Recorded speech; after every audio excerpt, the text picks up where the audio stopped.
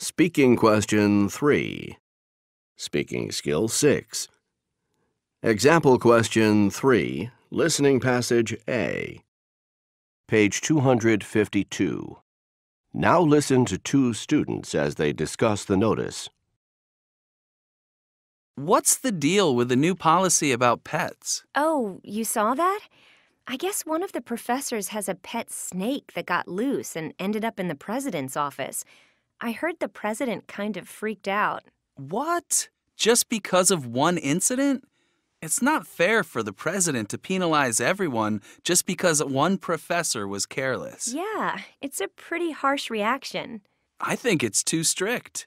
You know, a lot of local people, not students, who live off campus use the paths on the campus to walk their dogs. It's not a safety issue because they control their dogs. If the university makes them stop, it'll cut down the interaction between people on campus and off. I guess I do see a lot of people walking their dogs, and they are pretty considerate about it. Exactly.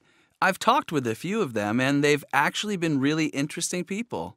It sort of helps the university be part of the neighborhood. It does seem kind of pointless to drive them away from the campus.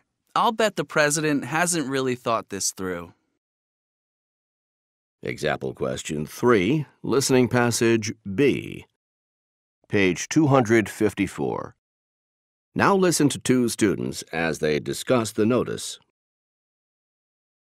I can't believe they're taking away the guarantee of 4 years of housing. That means I'll have to look for a place to live off campus my senior year. Yeah, it's because of all the new students. I guess they have to get more tuition money to pay for all the new laboratories and athletic facilities. I think they should just stop taking any more new students until they finish building enough dorms and residences for everyone. No way. If they took fewer students, they'd have to hike the tuition up for the rest of us. So I'd prefer lower tuition and more students. I guess you have a point. But it's going to be a pain to have to find a place to live off campus my last year. I don't think it will be that hard, Dave. You can rent one of those off-campus houses that are posted on the board. I think they're not so expensive if you share with a couple of other guys. Maybe. But I'd have to figure out another way to get around if I lived very far. By a car or something. You know what, though? I talked to a woman in the housing office the other day. She said that even after everyone uses their 3 years of guaranteed housing, there are still going to be a lot of places left over. Oh, really? She said that? Yeah. She said that most people who want to stay on campus a 4th year should be able to get housing in the lottery. It's not going to be so competitive. Well, that makes me feel better. If it's not going to be a huge, long process to find a place to live, then I guess I can live without a guarantee.